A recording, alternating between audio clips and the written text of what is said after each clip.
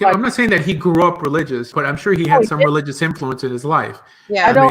No, we're coming upon a generation that is getting further and further away from religious training. And I see a day coming where atheism is highlighted as more ethical than any religion that'll be. I think that's like a futuristic. Right, in theory. But so far, any society that's put it into practice has only left a trail of death and carnage. So we'll see. Life's too short to really put these experiments out to play. But you know what? If a society was able to be more ethical than Christians and Jews not believing in a God, well, then I would stop believing in a God. And I think anyone listening should be honest enough to make that statement. I think that's it. I think Judaism has history on its side, and that's it. You know, yeah. Right. Yeah, that's a very interesting discussion, because I know a number of atheists, and I didn't start thinking about these things until I personally started knowing and understand where they're coming from. It's quite an interesting discussion. I think that most people, they don't want to be raped, right? And if they want it, then it's not rape, it's consensual. So there's those types of arguments. And then most people don't want to be murdered, like they don't want to be stabbed to death or something gruesome. So these are the ways in my mind that I defend God against an atheist. Like for Jake's point, his argument that we're giving more credence to an atheist. We're really not, because there's inherent things that just happen that people don't want done to them. And so, but Jake wants to be raped. What? What? You don't want to be raped, Jake. Okay. I think Courtney, that's proving my point. Like, if it's inherent, then why do we need God? Because it only goes so far. Anyways, it's not just a book that tells you that stealing is wrong. It's a book that tells you that God is upset if you steal. You could feel that stealing is wrong, but if you know that a good God tells you that stealing is wrong, and he's going to put into play what Eastern thought calls karma, it's going to get you to police yourself real quickly, because there's many people who rationalize theft and rationalize murder because they're the ultimate judge, or there's no consequences for their actions. You're saying that the fear of God is the beginning of wisdom, so you need the fear of God as a prerequisite? That's not just what I say. That's what the book of Proverbs says, yeah. Okay. I don't know the argument, but I listen to Sam Harris and I listen to Stephen Molyneux quite a bit, and their argument for atheism, it's hard for me to explain because they're very deep thinkers, these guys. But Jordan Peterson takes them on, and he believes in a God. He's not a Jew or a traditional Christian, although I think he's traditionally Catholic, but he believes it's healthy to believe in a God. Yeah, but I think that they, especially like the atheists of Sam Harris and Stephen Molyneux, they come to a point where they know that killing and rape is socially unacceptable behavior, and they put it into a formula where philosophy can make that argument as far as like it is socially unacceptable behavior without God. And I guess, to say that we know that rape is wrong only because God says so, I think that makes us dumb. Like we should know more. Yeah, I agree with you. Yeah. Well, it's interesting that the Torah was never given to an individual, like for someone to in some way make a religion in the middle of Australia or like in the US. It was made to be acted out within a nation. What Sam Harris that's a good point. Could apply to him. It could make him ethical, but there's no way to implement that on a national level. People are going to say that could only apply to you in an objective fashion. Who are you to impose it on me unless I'm making you God? So this is why it seems like God didn't want the other nations to have a religion he created unless they had a society to implement it through. After the destruction of the Second Temple, Judaism took on a different phase. It went from national to personal. It went from legal to mystical.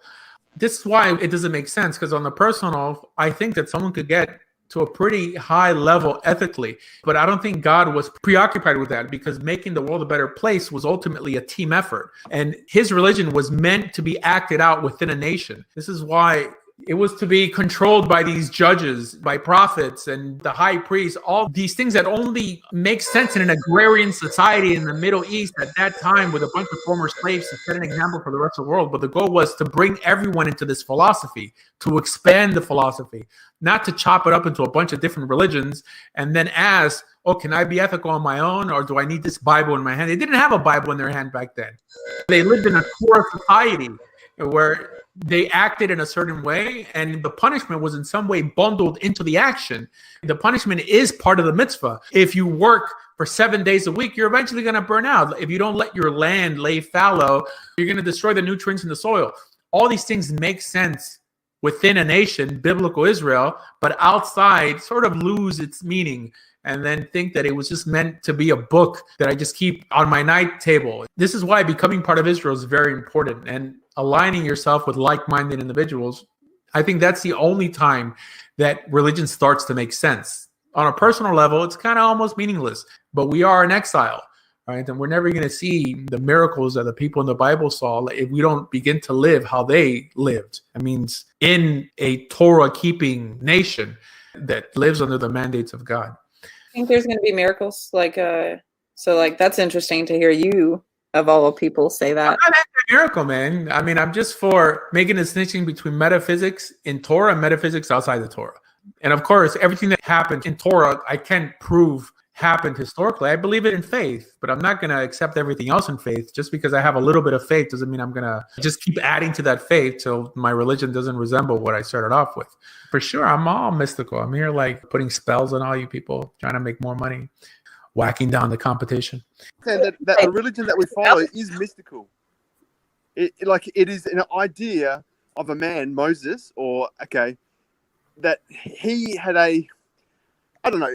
Let's look at it from the atheist perspective. Like it's an idea, it's a philosophy from a man that we call Moshe, right? And he gave us a book of law, right?